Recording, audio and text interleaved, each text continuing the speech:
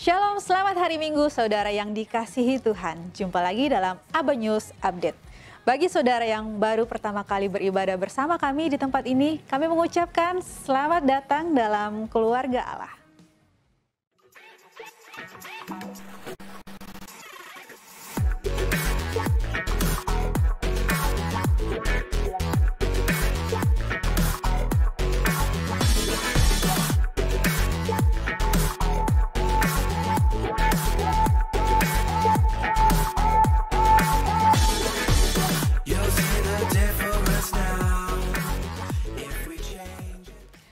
Ada beberapa hal penting yang harus menjadi perhatian kita sebagai jemaat di tempat ini, yaitu tentang tata cara ibadah kita selama bulan Agustus. Secara khusus pada tanggal 7 Agustus, kita akan diperlengkapi oleh Bapak Seno Wijaya dengan tema Life Free. Tentunya setiap kita mempunyai masa lalu yang tanpa kita sadari tersimpan dalam memori pikiran. Seiring berjalannya waktu, tanpa kita sadari rasa bersalah, rasa takut, depresi, amarah, dan lain sebagainya begitu mempengaruhi hati dan pikiran kita. Hidup menjadi berat dan sukacita pun terenggut. Hambanya akan menolong kita semua untuk mengatasi semua pergumulan kita. Karena itu, hadirlah ibadah Equipping Minggu tanggal 7 Agustus 2022 jam 9 pagi bertempat di Aba Love Ministries, lantai 3.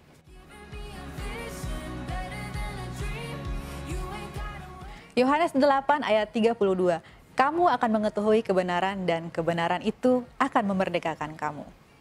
Informasi yang gak kalah penting juga adalah ibadah break hari Sabtu open gate-nya jam 5 sore di lantai 3 Aba Love Bali.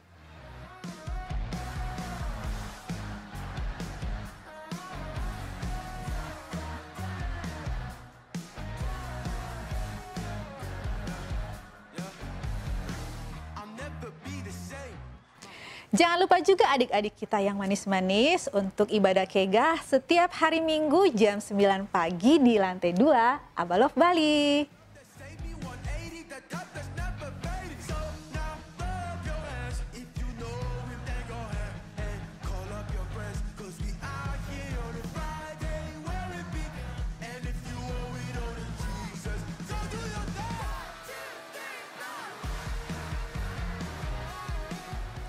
Demikianlah Aba News Update untuk minggu ini. Kami segenap kru yang bertugas mengucapkan terima kasih atas perhatian saudara. Selamat beribadah, selamat berhari Minggu, dan Tuhan Yesus memberkati.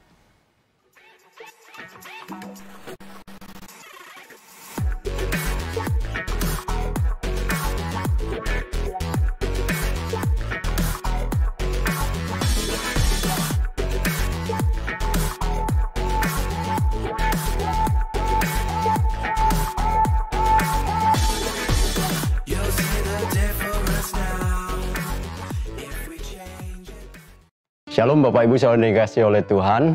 Ya, salam budaya kerajaan bagi kita semua. Ya, hari ini kita mau melihat kembali ya proses dari pembelajaran kita, bagaimana kita mau menghidupi dan memiliki budaya kerajaan Allah di dalam kehidupan kita. Bapak Ibu saudara dikasihi oleh Tuhan, hari ini saya ambil tema khotbah saya, manusia baru dalam kerajaannya. Ya, tapi sebelum saya akan sampaikan khotbah saya, terlebih dahulu saya akan menyampaikan sebuah cerita. Ya, Bapak Ibu saudara tentunya pernah mendengar atau pernah melihat ya lukisan yang sangat terkenal karya dari Leonardo da Vinci, ya, yaitu tentang The Last Supper atau perjamuan terakhir.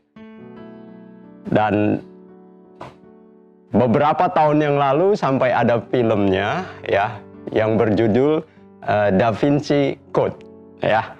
Tapi tentunya filmnya menceritakan hal-hal fiksi sesuai dengan imajinasi dari penulis ceritanya ya.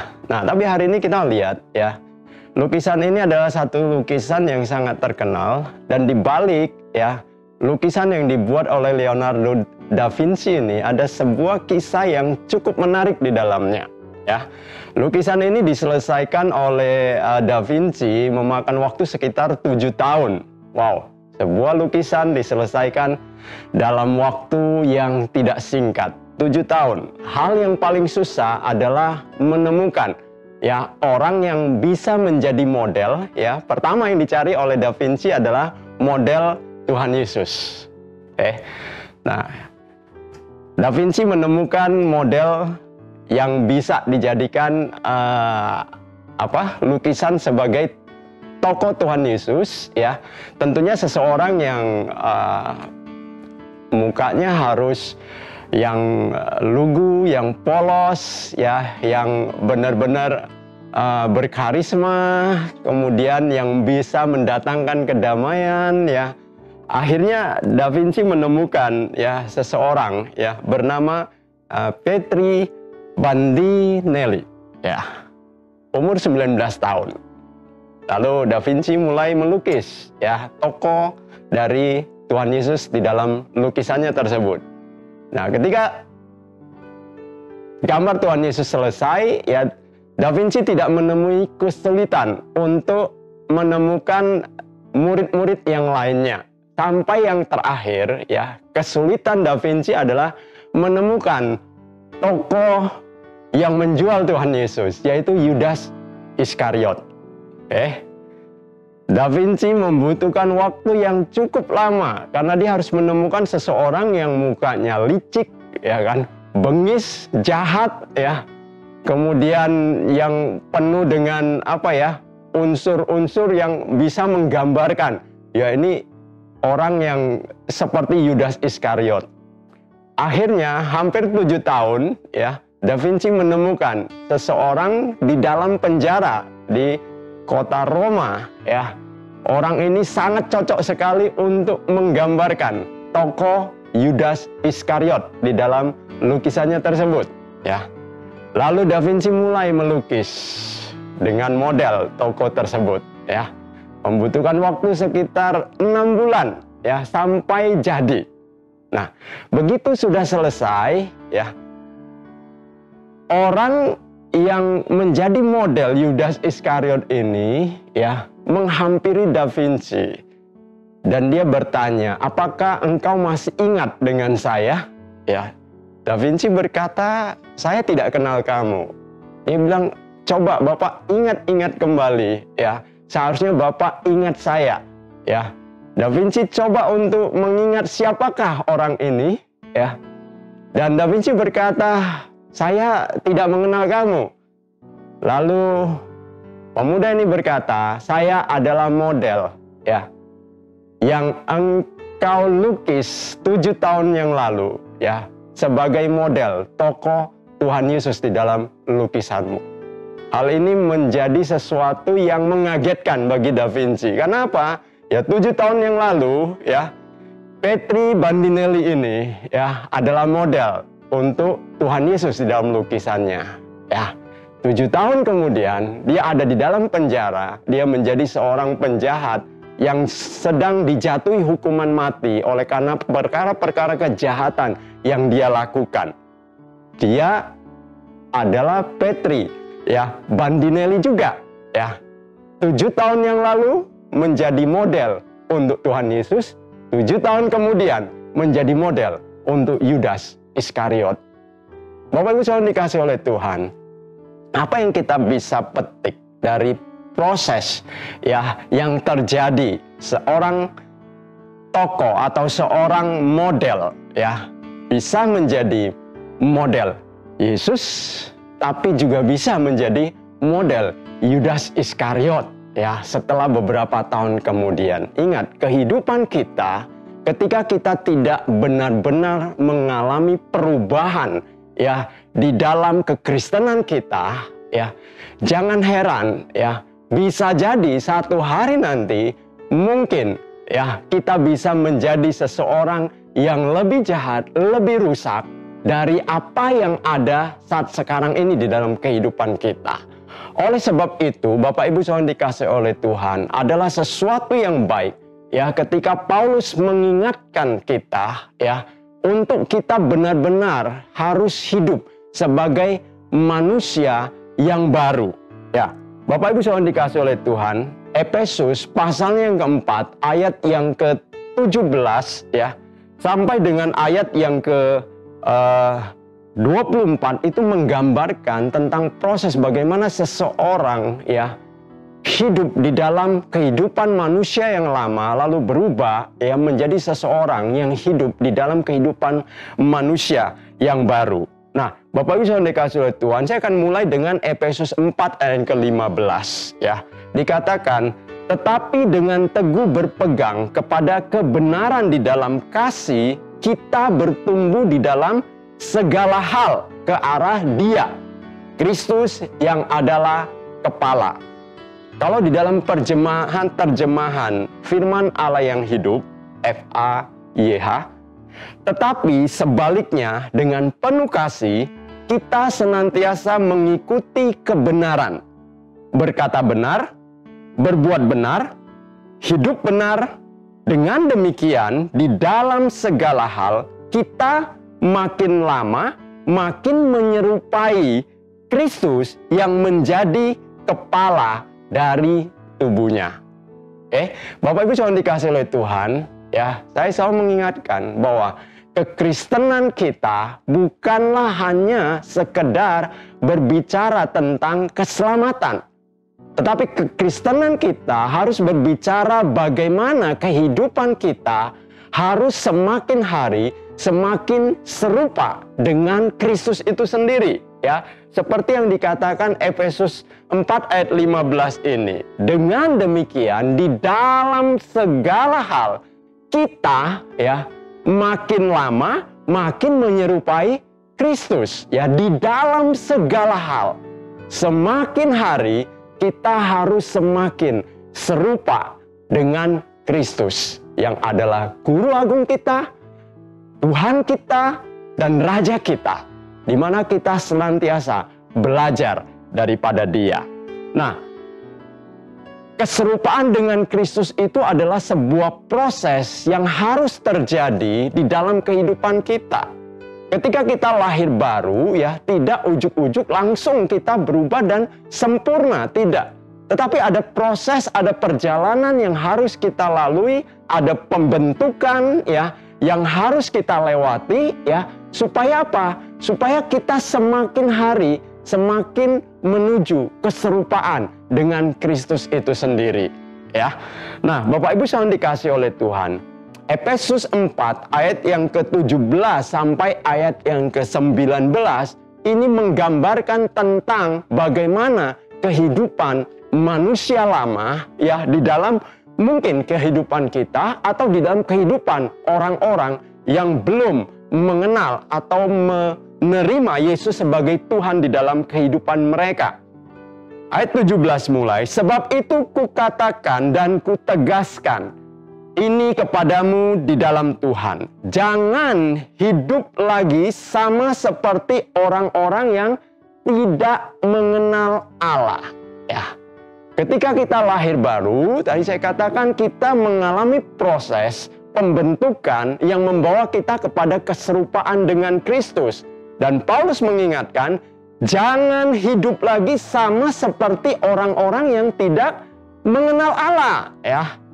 Jadi kita harus tanggalkan ya gaya kehidupan yang tidak mengenal Allah. Ketika kita belum mengenal Allah, kehidupan kita itu seperti apa? Ya, kehidupan yang mungkin penuh dengan kesia-siaan atau kehidupan yang tidak memperdulikan tentang mana yang benar, mana yang dosa, mana yang salah, ya mana yang boleh dan mana yang tidak boleh, ya.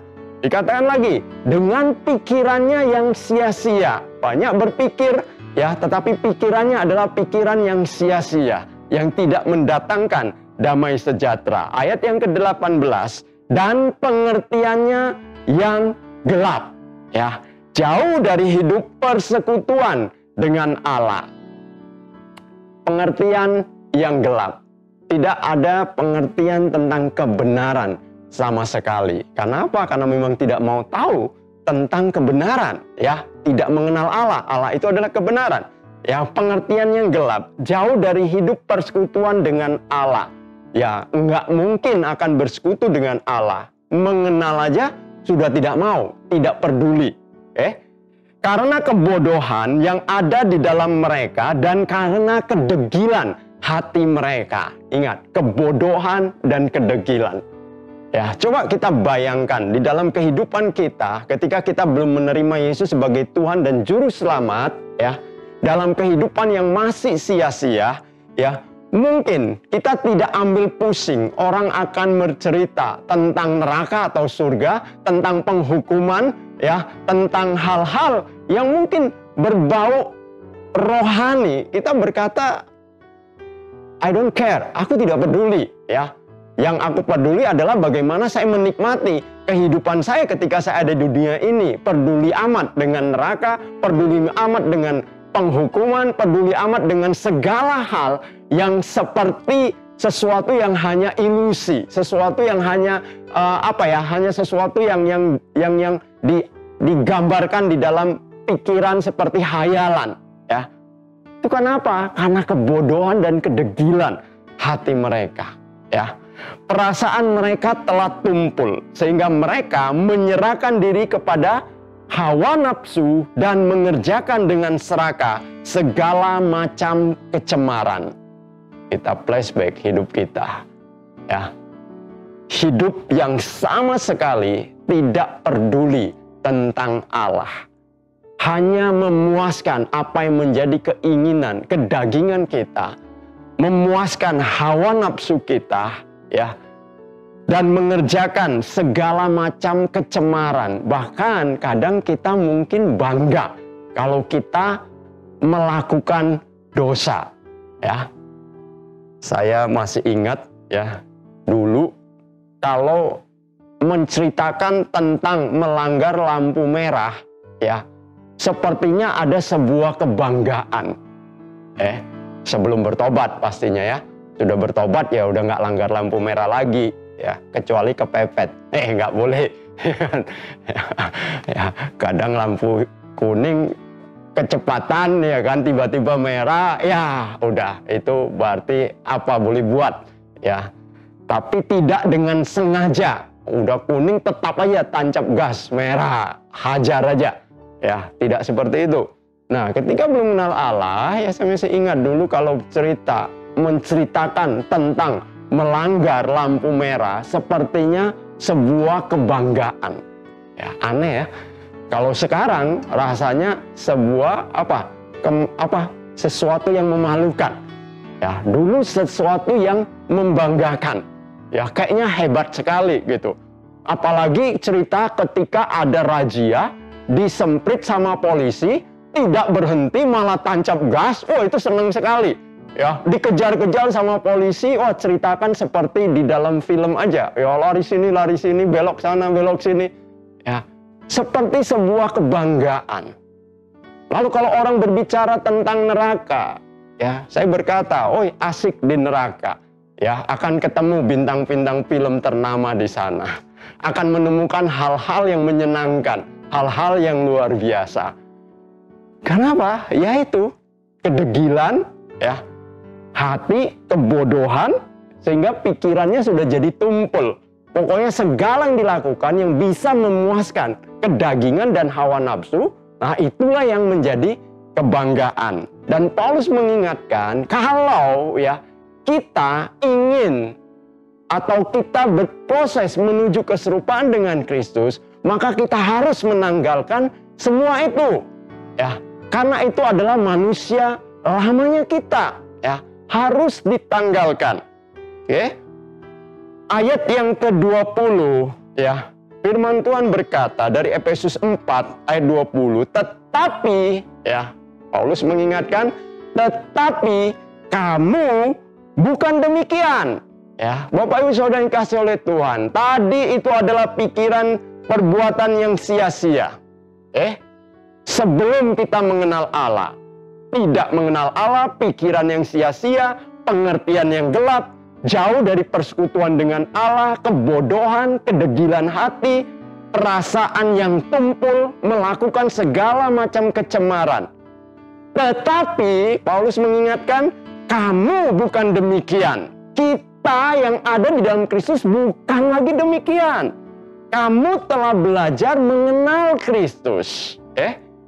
Kenapa? Karena kita sudah belajar mengenal Kristus. Kita belajar untuk mengikuti Dia. Kita belajar untuk bagaimana semakin hari semakin bisa serupa dengan Dia. Jadi kita harus tanggalkan semua itu.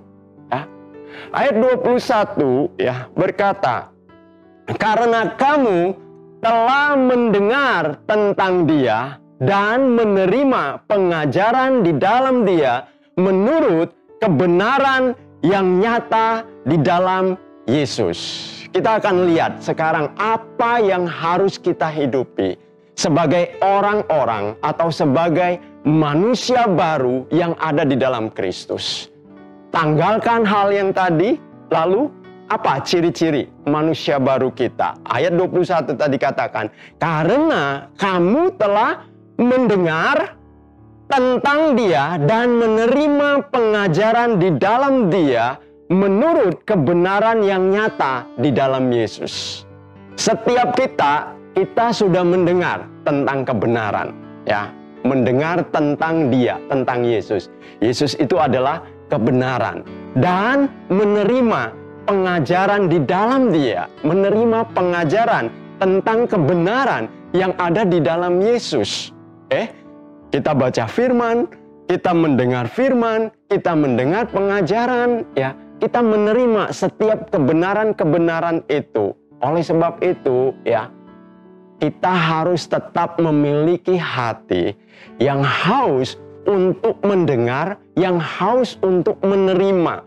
Supaya apa? Supaya semakin hari, semakin mempengaruhi keberadaan kita, kehidupan kita. Ketika kita mengizinkan firman Allah, yaitu tetap bekerja di dalam kehidupan kita, ketika kita mengizinkan firman Allah mewarnai kehidupan kita, ya kebenaran itu yang mewarnai kehidupan kita, maka ini akan membawa kita kepada perubahan demi perubahan. Ayat 22, yaitu bahwa kamu berhubung dengan kehidupan kamu dahulu harus menanggalkan manusia lama yang menemui kebinasaannya oleh hawa nafsunya yang menyesatkan, supaya kamu dibaharui di dalam roh dan pikiranmu, dan mengenakan manusia baru yang telah diciptakan menurut kehendak Allah di dalam kebenaran dan kekudusan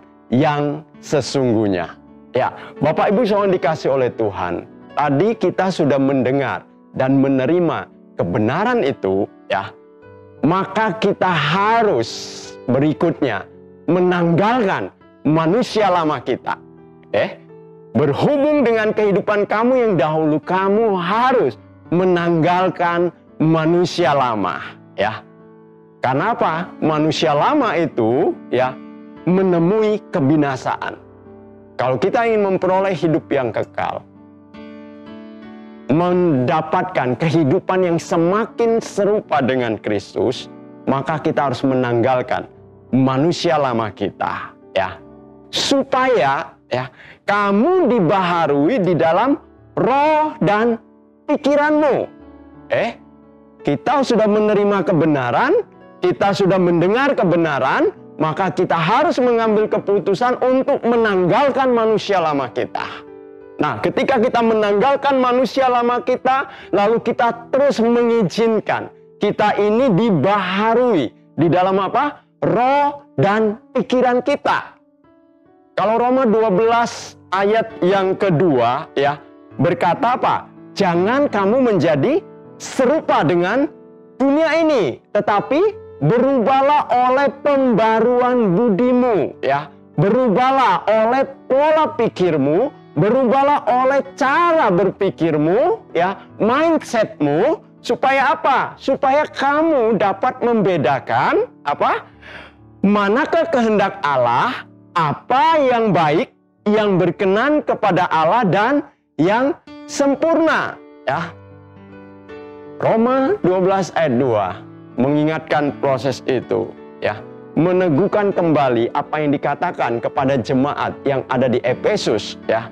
Bahwa kita harus mengalami pembaruan, ya, di dalam roh dan di dalam pikiran kita. Supaya apa? Pikiran kita jangan lagi kepada pikiran yang sia-sia. Ya. Nah, Bapak Ibu saudara dikasihi Tuhan, ya, ketika kita mengizinkan ya pikiran roh kita diperbaharui, tentunya oleh apa? Oleh firman. Sekali lagi, pembacaan dan perenungan firman menjadi hal yang penting sekali. Untuk apa? Untuk kita mengalami proses pembersihan, proses pemurnian, ya, penyucian dari pikiran yang sia-sia, dari hati yang sia-sia, ya, dari hal yang tidak berguna. Supaya apa? Supaya semakin hari semakin serupa dengan pikirannya Kristus. Kemudian apa? Ya, ayat yang ke-24, dan mengenakan manusia baru, ya. Tadi mendengar dan menerima kebenaran, setelah kita tahu, ya, kita harus menanggalkan keputusan kita, menanggalkan manusia lama kita, lalu kita mengizinkan untuk kita mengalami pembaruan di dalam pikiran kita, di dalam roh kita, ya. Lalu kita mengenakan manusia baru, ya, yang telah diciptakan. Ingat, yang telah diciptakan menurut kehendak Allah di dalam kebenaran dan kekudusan yang sesungguhnya. Kenakan manusia baru. Nah, luar biasa sekali gambaran atau analogi yang diberikan oleh Paulus, ya, ketika dia mengingatkan jemaat yang ada di Efesus tentang hidup sebagai manusia baru ini, ya, seperti pakaian. Kalau saya ilustrasikan, ya, kepada kehidupan kita sehari-hari, ya, misalnya kita diajarkan tentang mandi. Apa? Ya, kita mendengar bahwa kalau kita ingin sehat, ya, maka kita harus membersihkan tubuh kita. Kita harus mandi setiap hari. Ketika kita mendengar itu, lalu kita menerima itu sebagai kebenaran. Oh iya, supaya tubuh saya bersih dan saya bisa menjaga kesehatan saya, maka saya harus mandi setiap hari. Lalu apa yang saya lakukan untuk saya mandi? Bapak Ibu jangan dikasih oleh Tuhan, kalau Bapak Ibu pergi ke kamar mandi, mau mandi, tentunya apa? Ya, buka pakaian toh.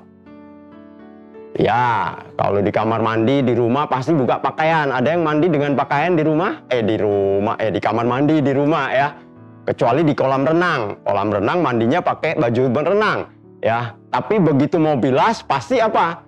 Ya buka baju toh semua, supaya apa? Supaya bersih, ya. Jadi harus menanggalkan, ya, baju, ya, bajunya ditanggalkan, ditaruh, ya. Kemudian di kamar mandi, mulai mandi, ya. Mandi menggunakan apa? Harus menggunakan sabun, ya. Dibersihkan seluruh tubuh. Daki-daki, ya kan, dekil-dekil yang ada, kotoran-kotoran yang ada harus bersih, ya. Kalau rambutnya kotor, harus langsung cuci rambut, ya, supaya bersih. Apalagi situasi COVID, saudara, ya, 2 tahun lalu. Setiap kali kemana-mana pulang pasti mandi, cuci rambut, ya kan, semua harus bersih. Pakaiannya langsung dimasukkan, ya, ke keranjang pakaian kotor, ya. Bahkan ada yang langsung dicuci pakaiannya. Pokoknya setiap hari keluar, pulang harus mandi, ya, sebelum melakukan aktivitas yang lain. Sekarang apa masih seperti itu? Jangan-jangan pulang langsung tidur, saudara. Ya, nah, artinya apa? Harus dibersihkan benar-benar tubuhnya dari segala kekotoran, dari daki-daki yang ada, dengan sabun, dengan sampo. Setelah itu dibilas lagi dengan air, ya. Kemudian apa? Dilap kering, Lalu apakah kita memakai pakaian kotor lagi? Tidak. Kita akan mencari pakaian yang bersih, ya, yang baru, lalu kita pakai. Nah, kehidupan manusia baru harusnya seperti itu. Kita mendengar, kita menerima kebenaran yang seharusnya kita lakukan sebagai orang percaya. Kita menanggalkan manusia lama kita, ya kan? Jangan dipakai lagi, penuh dengan virus, penuh dengan dosa, penuh dengan kekotoran, penuh dengan kejahatan. Tanggalkan semua itu. Lalu kita mengalami ya dibaharui dari pola berpikir kita, mindsetnya kita, ya. Lalu rohnya kita itu semakin hari harus semakin dilatih, dikuatkan, ya tentunya dengan pembacaan dan perenungan firman. Ya setelah itu kita mengenakan manusia baru di dalam Kristus yang telah diciptakan, ya yang telah sudah ada, tinggal dipakai saja. Mengenakan, ya memakai manusia baru yang terus menerus ya diperbaharui di dalam kebenaran dan kekudusan yang sesungguhnya. Supaya apa? Bapak Ibu Saudara dikasih oleh Tuhan, supaya kita bisa terus berjalan di dalam apa yang menjadi kehendak Allah atas kehidupan kita. Jadi pernyataan dari Efesus 4 ayat 15 bahwa kita harus ya menjadi semakin ya lama semakin menyerupai Kristus bukan lagi sesuatu yang mustahil, bukan lagi sesuatu yang apa ya, hanya cerita doang, tidak. Tetapi semakin hari itu semakin nyata di dalam kehidupan kita. Jadi Bapak Ibu Saudara dikasih oleh Tuhan, penting untuk kita tetap mengingat proses ini. Kita tahu bahwa ya menjadi serupa dengan Kristus itu bukan simsalabim abrakadabra begitu lahir baru langsung kudus suci jalan 2 inci di atas tanah, no. Ya, tapi kita harus mengalami proses-proses yang ada. Yang penting kita tetap ingat bahwa jangan lagi ya kita memakai manusia lama kita. Supaya kita bisa dibedakan antara orang-orang yang mengenal Allah, yang hidup menurut kehendak Allah, hidup menurut jalan-jalannya Allah, ya. Dan berbeda dengan orang-orang yang tidak mengenal Allah. Jangan malah kebaliknya Bapak Ibu Saudara dikasih oleh Tuhan. Ya, kehidupan kita malah lebih parah dari orang-orang yang tidak mengenal Allah. Ingat Tuhan Yesus mengingatkan kita di dalam kitab Injil. Bahwa hidup keagamaan kita, hidup keseharian kita, ibadah kita harusnya ya lebih baik dibanding ahli-ahli Taurat dan orang-orang Farisi. Ya. Nah ini menggambarkan tentang proses perubahan yang harus terjadi atas kehidupan kita. Pikiran yang sia-sia udah harus mulai dibuang. Bapak Ibu Saudara dikasih oleh Tuhan. Berapa waktu yang lalu kita belajar tentang bagaimana kita harus memiliki hati yang benar. Respon dari segala hal di dalam kehidupan kita ya 90% ditentukan oleh respon hati kita. Nah kalau kita memiliki respon hati yang benar, lalu diteguhkan dengan pola pikir yang benar, ya, maka yang namanya visi misi dari Jemaat Abalof, ya, untuk menghadirkan kerajaan Allah di dalam setiap bidang kehidupan bukan menjadi sesuatu yang mustahil. Ya, jadi apa yang menjadi visi misi kita bukan hanya sekedar sebuah slogan, ya, tentang menghadirkan kerajaan Allah. Karena ingat Bapak Ibu Saudara dikasih oleh Tuhan, setiap kita ini diciptakan serupa dan segambar dengan Allah. Ya, artinya keberadaan kita itu harus bisa merepresentasikan atau bisa mewakili ya keberadaan Allah ya di tengah-tengah dunia ini. Artinya bukan berarti kita menjadi Allah, tidak.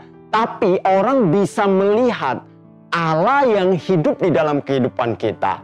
Orang bisa melihat karakter-karakter Allah. Orang bisa melihat bagaimana sifat-sifat Allah melalui keberadaan kita. Ingat, Allah itu kan tidak bisa dilihat dengan kasat mata. Kalau kita berbicara tentang Allah, maka kita harus bisa menunjukkan Allah itu ada di dalam diri kita. Bahkan bisa mengekspresikannya.